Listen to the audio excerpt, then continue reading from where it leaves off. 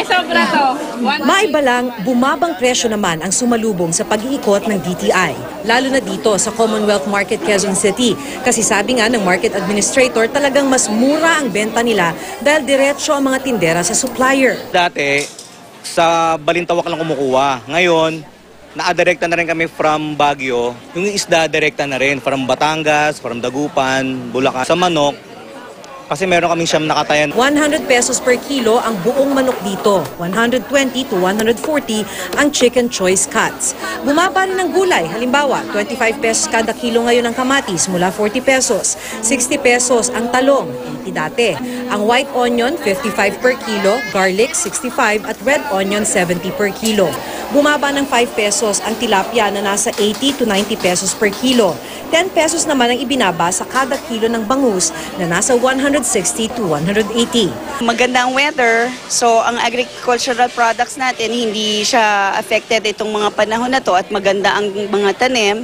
Ang manok, hindi natin nakikitang magtataas soon. Ang pork, palagi naman sinasabi ng pork producers natin na very stable ang presyo. Except of course yung pinakamadaling maapektuhan ang isda.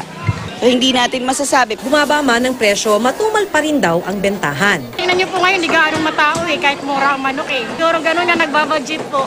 Para mas makabenta, binabaan ng tindahang ito ng 10 piso ang kada kilo ng binibenta nilang baboy kaya nasa 190 per kilo na lang. Nagbaba kami kasi hindi na matumal Talagang hindi na natitira kami lagi. Sabi ng mamimiling si Christian, bumaba man daw kasi ang presyo, ipit pa rin ang budget. Mas maaari kung mas mababa pa para yung medyo 1,000 na budget, medyo mapuno itong basket. Hindi ka po dati, talagang mabigat ngayon, magaang na ang 1,000 pesos. Kahit sa isang high-end grocery store na ininspeksyon ng DTI, may mga basic commodity na mas mababa pa ang presyo sa suggested retail price. Sumablay lang ang asukal na ibinibenta ng 70 pesos per kilo, mas mahal sa 50 pesos prevailing market price, kaya't pagpapaliwanagin ang grocery.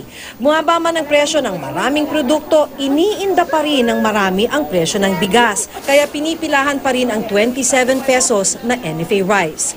Dumadayo kami dito, interview kami. Ay mahal sa tindahan, 50, 55. Kaya sabi ko, pipila na lang ako dito sa manggahan.